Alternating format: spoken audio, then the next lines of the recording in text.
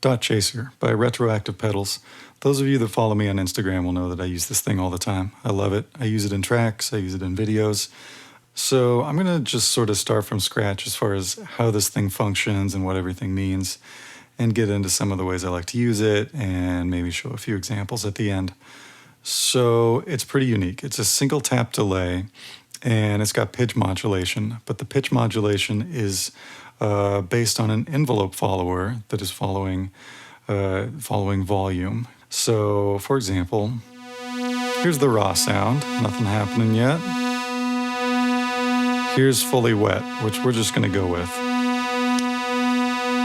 Okay, so right now you can't hear a lot happening, but if I start changing the volume shape of what's going in, you're going to start hearing the pitch modulation come in, and you can't see it, but I'm doing it with the master volume knob on the Minilog XD.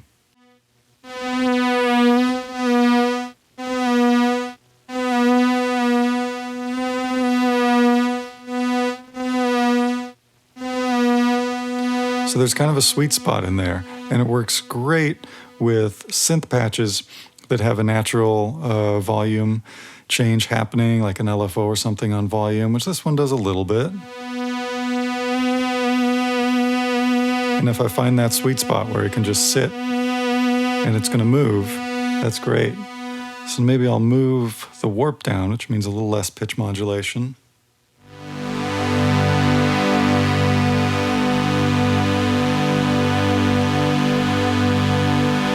So you can hear now it's very subtly moving that chord.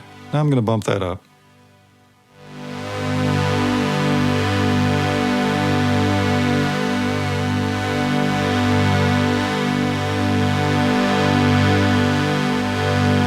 It's moving that chord a little more.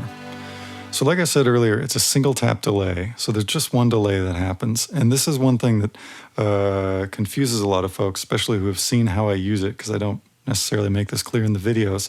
I mostly use it with the mix all the way up, and oftentimes the lag, meaning delay time, up as well, which means essentially you're just playing through a pitch modulator with a ton of latency, which can be sort of weird, because then if you're putting this into a DAW, you're going to have to go back and resync things. So I'm going to turn this lag all the way up. Like a lot of delays, it changes the quality of the sound along with how it warps.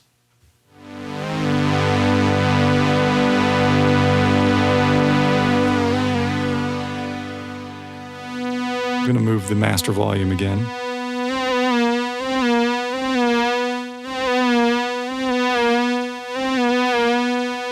So now it's really moving even more. And some chords.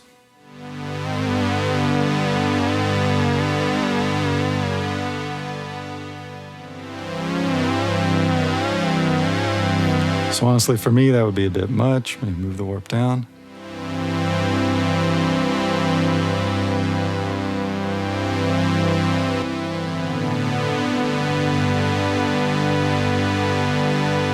Pretty subtle. But if you want a ton of pitch modulation, it's got the aptly named More knob. And things will go crazy.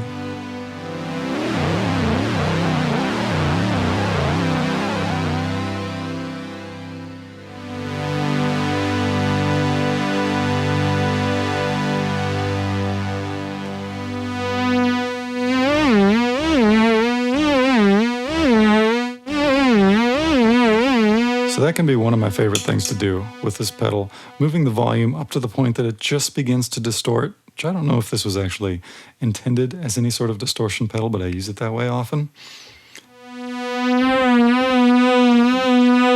Right at that moment where it starts to break up, but the pitch modulation is still happening somewhat.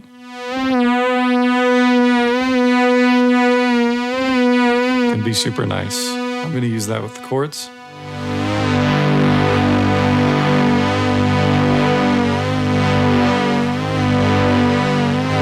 Again, I'm moving the master volume on the synthesizer to make that happen.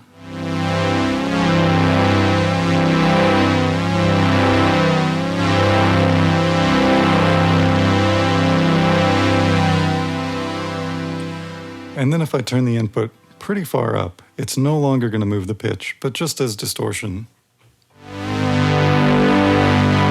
Oh, still going. I'm going to turn it up even more.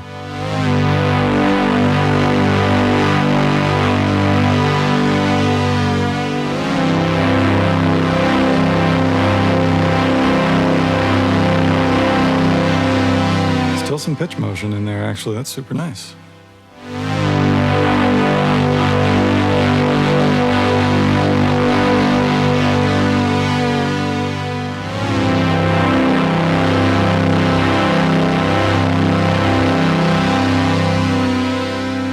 Here's that same sound with the lag all the way down, different delay time.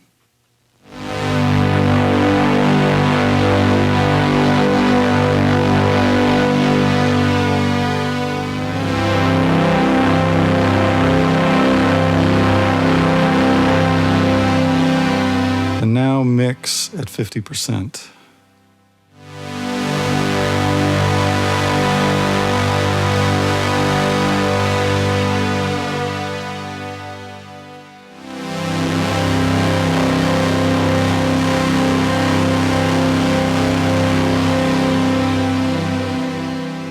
And a few more examples of how I would normally use this.